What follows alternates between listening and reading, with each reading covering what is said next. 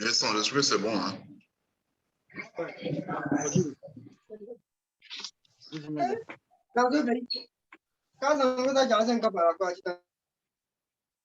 Alors, avant de continuer cette deuxième partie, je ne sais pas s'il y a des Burkinabés qui sont connectés.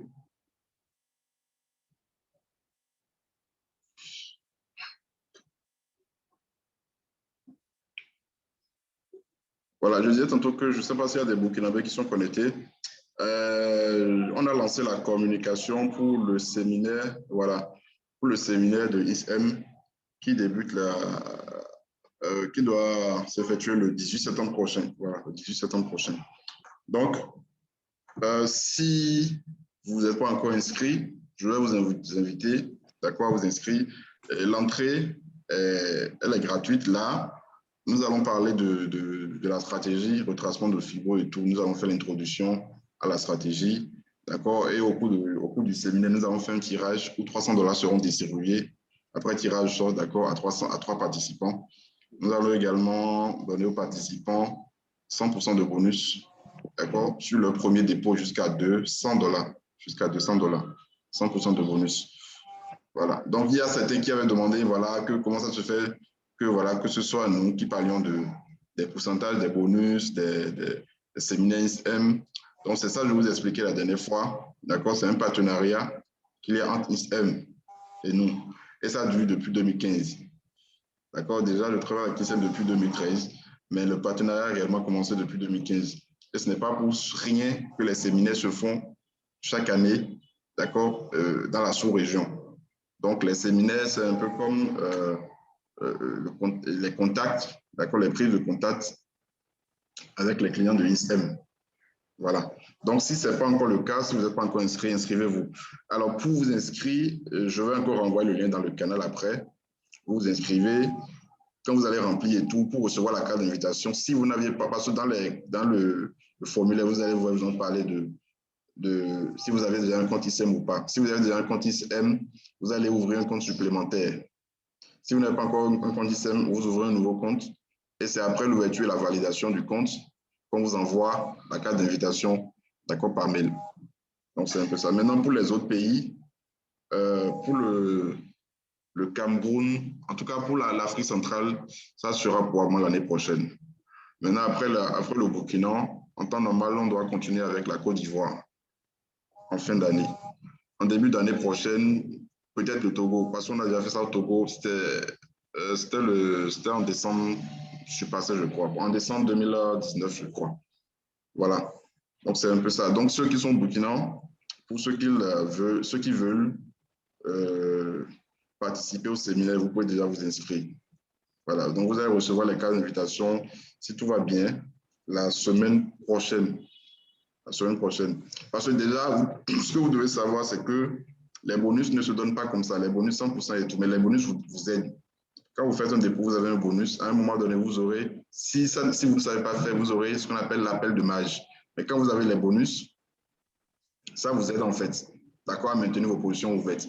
Donc, celui qui a par exemple 500 $ sur son compte et celui qui a déposé 500 $, on lui donne un bonus de 500 $, les risques ne seront pas les mêmes. Parce que si vous avez 1000 $, si vous considérez que vous avez une marge de 1000 $, le risque que vous allez prendre avec 1000 $ ne sera pas le même que celui qui a 500 $. Donc, c'est ça la différence avec le bonus. Et comme je vous l'ai dit, les bonus ne sont pas retirables. Voilà. Et j'avais également annoncé pour ceux qui sont au Bénin que du 1er au 15 août, sur votre premier dépôt, vous avez un bonus de 100% sur votre premier dépôt jusqu'à 500 $. D'accord? Et certains étaient vraiment étonnés. Si vous étiez déjà chez ISM, c'est sûr que vous avez reçu un mail aujourd'hui ou bien hier vous disant que voilà, vous avez 100% si vous faites un dépôt et tout. Donc, c'est un peu ça. Donc, c'est le partenariat qui nous permet d'avoir les informations bien avant, d'accord, les clients ordinaires. Donc, c'est un peu ça. Oui, la Côte d'Ivoire, si tout va bien en fin d'année, on sera en Côte d'Ivoire pour le séminaire. Voilà. Maintenant, j'avais également annoncé la formation, la prochaine vague de la formation, mais bon, on n'a pas encore réellement eu le temps pour commencer la communication parce qu'il y a le graphiste qui prend réellement son temps et tout là. Mais si tout va bien, je crois que la fin de ce mois, on va lancer la deuxième vague de la formation. Entre le 28 ou bien début septembre, soit le 28 août ou bien début septembre pour la prochaine vague de la formation. Donc, vous aurez plus d'informations au cours de la semaine prochaine également. Mais comme je vous l'ai dit, il n'y aura plus de formation intermédiaire. C'est carrément la formation complète. Voilà. Monsieur Olivier, oui, on a déjà fait le Nasdaq. On vient de faire le Nasdaq. Donc, vous allez suivre ça. Vous allez suivre ça sur la chaîne YouTube. Quelqu'un va également demander l'US 30. OK, pour l'US 30, non, bien c'était l'US 500. Ouais, c'était l'US 500.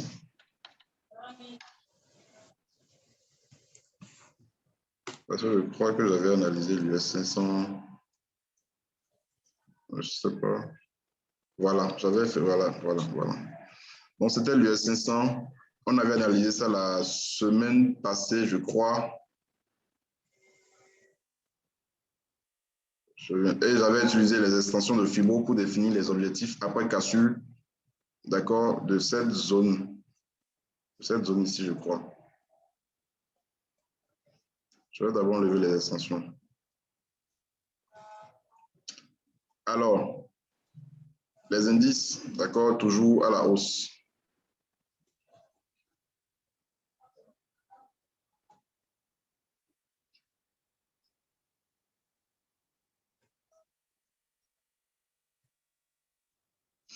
Voilà, pour l'US 500, d'accord, on a un biseau ascendant.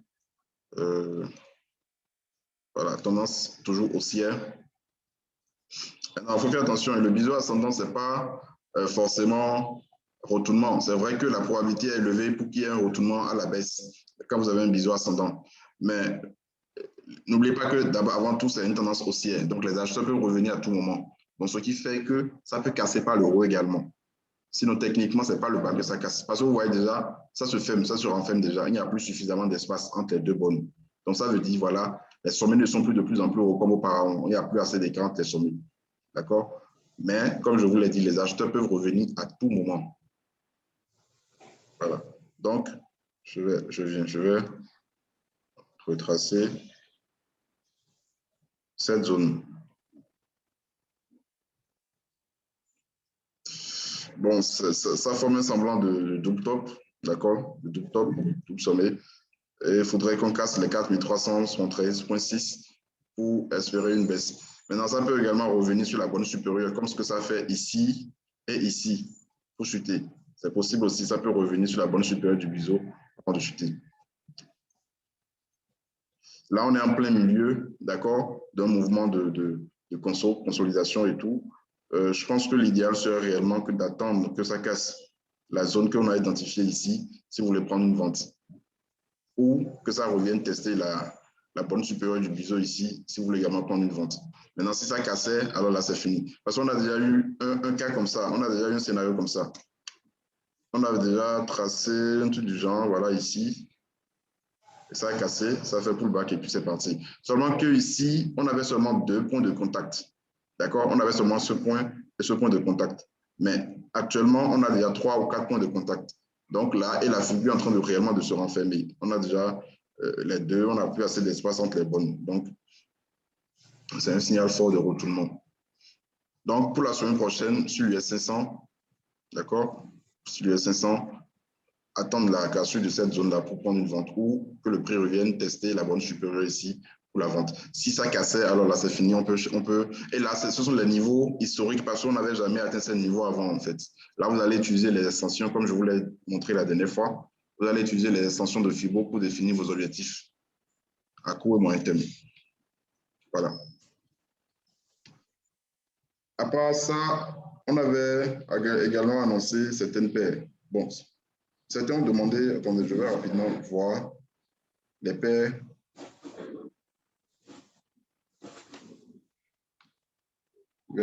Voilà le silver. Attendez. C'est ISAG USD. Voilà. Donc ça, c'est une configuration que je suis en train de surveiller la semaine passée. Voilà, sur le silver. Je crois bien, ISAG, oui, c'est ça. Alors ici, vous avez une tendance baissière.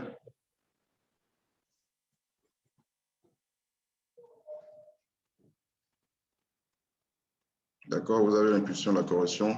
Je crois qu'on avait eu... non, en H1, voilà, en H1, le dernier mouvement. On avait les 50 ici. En H1 ici également. On a eu les 61 ici.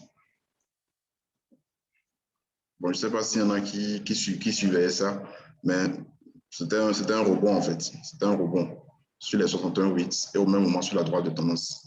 Donc, c'était un très bon point d'entrée.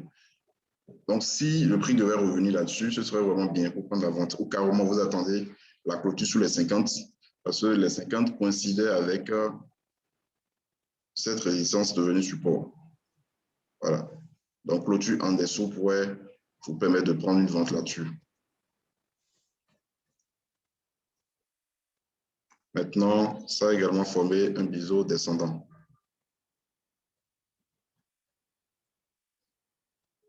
Voilà. Biseau descendant, figure de retournement à la hausse. Bon, ça pourrait casser par le haut. Donc, il faudrait surveiller la semaine prochaine l'argent, d'accord? L'argent, en temps normal, ça suit le même mouvement que le gold. Voilà que le gold actuellement a une tendance de fond qui est haussière. Donc, ça pourrait également casser ici et sur le mouvement du gold. Mais vous devez toujours trader en fonction de ce que vous avez à l'écran, techniquement. Voilà. À part cela, j'ai parlé de le gold, l'euro, dollar, du SDJPY. Donc, il y a certains qui ont demandé chez le PCHF. OK.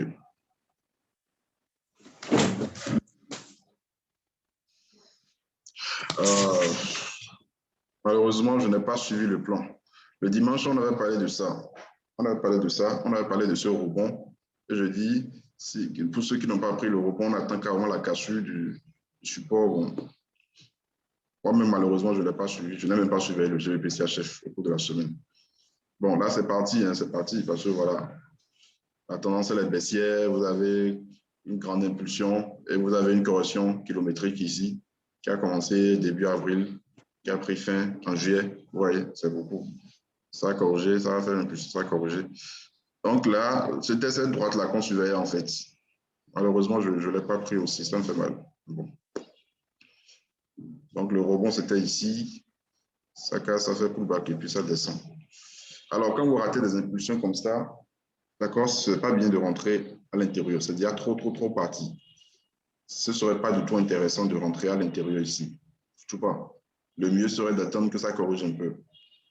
D'accord? Là, vous allez en M15 carrément. Je crois que ici, ça avait donné un point d'entrée en M15 ici. Impulsion, petite correction, suivant 50 ou 61 ici. Donc, c'est possible aussi d'aller en M15 pour voir.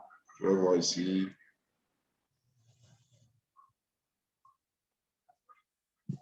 Donc, c'était ça. Ça doit faire une impulsion, ça fait une correction ici. D'accord? Donc, si ça doit corriger, parce que ça peut continuer. Donc, vous restez dans la perspective où, voilà, ça va corriger et tout. Donc, vous attendez les 1,26, 18, 1,26, 89 pour rentrer à la vente là-dessus sur le GBP-CHF. Sinon, là, actuellement, ce ne serait pas du tout intéressant de rentrer à la vente ici. Le ratio n'est pas bon, vous vendez en bas, donc ce n'est pas bon. Donc, pour celui qui a demandé le GBP-CHF, c'est un peu ça. Il faudrait attendre le prix dans cette zone ici. D'accord. Maintenant, il faut voir aussi, hein, parce que si ça continue, si l'accélération continue, il faudrait ajuster le FIBO. Donc, le FIBO qu'on a mis ici, ce n'est pas standard, ce n'est pas pour toute la semaine. Ça dépend de comment le prix va évoluer. Si la correction commence en même temps, OK, là, le FIBO est valable et la zone est valable. Mais si ça, c'est que l'accélération baissière doit continuer, alors là, il faudrait réajuster le FIBO et là, vous n'aurez pas la même zone pour prendre la vente. Donc, c'est ça.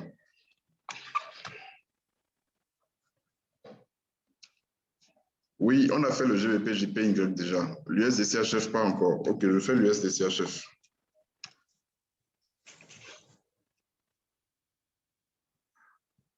Bon, l'USD-CHF, j'avais envoyé ça. Quand déjà? Le vendredi, je crois. D'accord? Bon, on a eu un semblant d'épaule, tête-épaule, cassure de la zone de la ligne de cours. Donc, on attendait le pullback. Sur le pullback ici, ça coïncidait avec la zone des 50-61 ici. Voilà, donc là, le plan est toujours valable. d'accord, le scénario baissier est toujours valable. Je prolonge la droite. Donc, 0,91, 0,3, 0,91, 18, c'est la zone qu'il faudrait surveiller. Maintenant, rien ne vous dit que ça viendra forcément dans cette zone. Ça peut venir toucher la droite de tendance avant de redescendre. Est-ce que vous comprenez un peu? Avec la dernière impulsion, c'est là où les fibos nous disent qu'on peut chercher à prendre une vente. Mais avec la droite de tendance, ça peut rapidement revenir tester la droite avant de redescendre. Donc, c'est ça. Oui, on a fait l'USGP déjà. Bon, vous allez voir ça sur la chaîne YouTube après. Est-ce qu'il y a d'autres questions?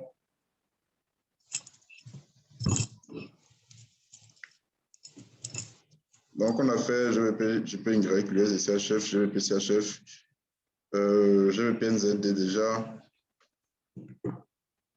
Bon, GVP AUD.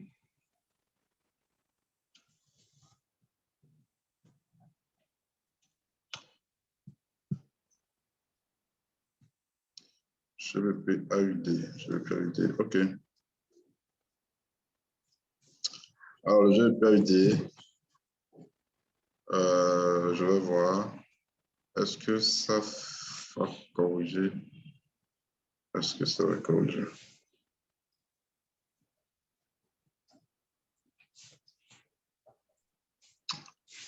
Bon, le GVP AUD, ça peut nous donner un bon point d'entrée à la baisse. Parce que je vois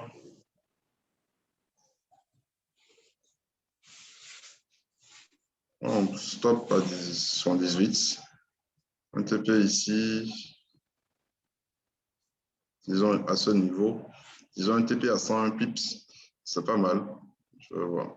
Légèrement au-dessus du plus haut, donc 67, c'est pas mal. Pourquoi je suis baissier? Bon, je ne suis pas baissier. Hein. Pourquoi mon analyse me dit on peut prendre une vente sur le GBP AUD? Déjà, on a un canal ascendant et tout. On a le rebond sur la bande supérieure du canal. Et je crois bien, je vais ajouter ça pour voir, le RSI, je crois qu'en temps normal, on a une divergence baissière sur le RSI. Je vais voir. Voilà.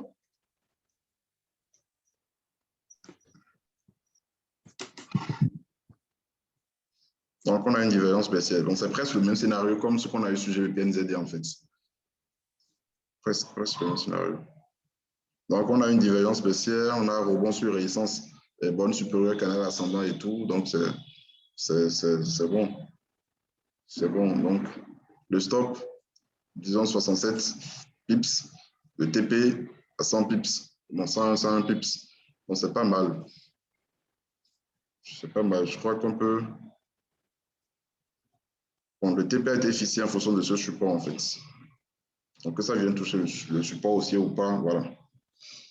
Donc, ça aussi, c'est un plan que je peux rapidement chercher à prendre déjà l'ouverture du marché. Maintenant, il faut éviter de trader à 22 heures. Bon, à l'ouverture du marché, ça dépend du pays. Hein. Au Bénin, c'est 22 heures l'ouverture du marché. Et en Côte d'Ivoire, Burkina, Togo, c'est 21 heures de chez vous, quoi. Donc, parce qu'à l'ouverture du marché, les spreads s'élargissent. Ouais, les spreads s'élargissent. Donc, ce n'est pas bien de rentrer en même temps à l'ouverture du marché à 22 heures là, ou bien 21 heures. Ça dépend de chez vous. Il faudrait attendre au moins 1 heure 30 d'abord. Sinon, si vous rentrez en même temps, vous allez voir, vous serez exécuté à un niveau vraiment, ça risque de vous décourager, quoi. Et c'est partout, c'est chez tous les brokers, c'est comme ça. Quand le marché ouvre, ce n'est pas seulement le dimanche soir, même en pleine semaine, d'accord, quand supposons le lundi soir, le marché ferme à 22 heures et ça, et un nouveau marché s'ouvre déjà en même temps, vous allez voir que les spreads s'élargissent automatiquement. Donc, il faudrait faire attention dans ces cas-ci. D'accord, donc c'est un peu ça. Pour le GVP AUD, voilà ce que je peux dire. D'accord, divergence baissière, rebond bande supérieure, canal ascendant. Donc, une vente en cours. Ça aurait été bien si on était encore ici. Là, ce serait vraiment un bon point d'entrée. Mais bon, ce n'est pas encore trop parti, donc c'est toujours possible de rentrer à la vente. Voilà. L'euro GBP.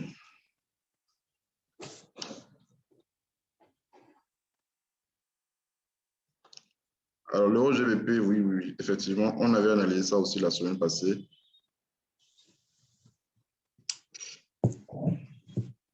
Là, je suis sur un support haussier Daily, je crois. Hein. Voilà, Daily.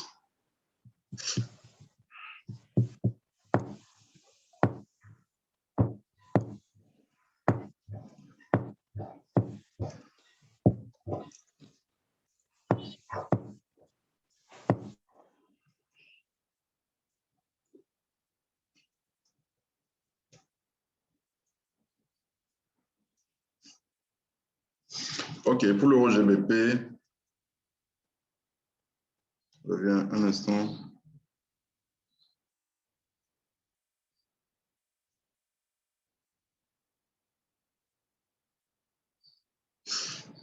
Bon, on a eu le rebond. Donc là, c'est parti déjà. C'est parti déjà. On va quand même voir.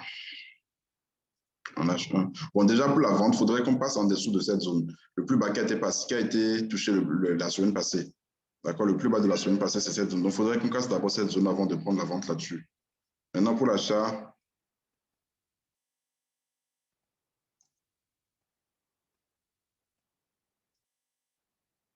bon, c'est en train de casser. Hein.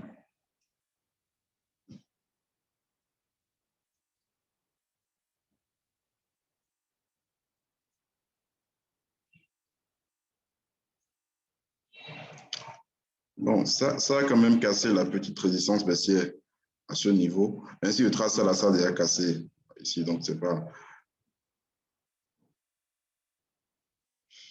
Oui, ça a cassé déjà. Donc, je crois que si on doit prendre un achat, on considère ça comme un pullback en fait. Comme un pullback. Parce que vous avez vu tout ce qu'on a, tout ce que ça fait ici, l'accumulation que ça fait ici, et puis bon, paf, ça accélère et tout. Donc, je crois qu'on peut considérer ça comme un pullback. Maintenant, il est possible aussi d'aller en M15. D'accord? Parce que ici, vous voyez, en M15, ça fait 50%, je crois. Ici aussi, on peut aller en M15 pour attendre. Parce que si vous voulez avoir une meilleure point d'entrée, une entrée parfaite du moins, d'accord, c'est souvent mieux d'aller avec les fibos en intervalles inférieur. Donc, si vous ne voulez pas directement prendre sur le robot ici, vous pouvez aller en M15. Mais le truc, c'est que le risque, c'est que vous risquez de rater l'entrée ici. C'est ça le problème. Sinon, en M15, je ne pense pas que ça a déjà touché les 50. Voilà, c'est encore loin. Donc, c'est possible carrément d'attendre que ça vienne dans la zone ici avant de rentrer. Et si on considère ça comme un double bottom, oui, bon, un semblant de double bottom, ça va représenter le retour sur la ligne de cours qui a été cassée avant le mouvement d'accélération. C'est un peu ça. Oui, c'est bon. On bloque le contrat au CCGP apparemment. Ouais, c'est ça. OK, donc voilà ce qu'on peut dire. D'accord? Donc, c'est ce que j'ai prévu pour vous aujourd'hui. S'il y a d'autres questions, vous allez directement poser ça dans le canal, dans le groupe du moins, parce qu'il y a un groupe qui est rattaché au canal. Voilà. Donc, pour ceux qui n'ont pas suivi le début, les deux vidéos, les deux parties seront envoyées sur la chaîne YouTube tout à l'heure. Voilà. Donc, n'oubliez pas de liker aussi, de nous aider à faire grandir la communauté, partager le lien du canal et le lien de la chaîne YouTube aussi. Pour ceux qui ont demandé la formation, comme je vous l'ai dit, nous sommes en train de prévoir le 28 août ou carrément début du mois de septembre. Vous aurez plus d'informations la semaine prochaine. Donc, vous pouvez déjà vous préparer pour la prochaine vague de formation. Non, on ne traite pas les volatilités, malheureusement, Monsieur Trésor. Malheureusement, on ne traite pas, on analyse, on ne traite pas les volatilités. Peut-être à l'avenir, mais bon, pour le moment, ce n'est pas encore le cas. Donc, passez une excellente soirée, une très bonne semaine de training à vous.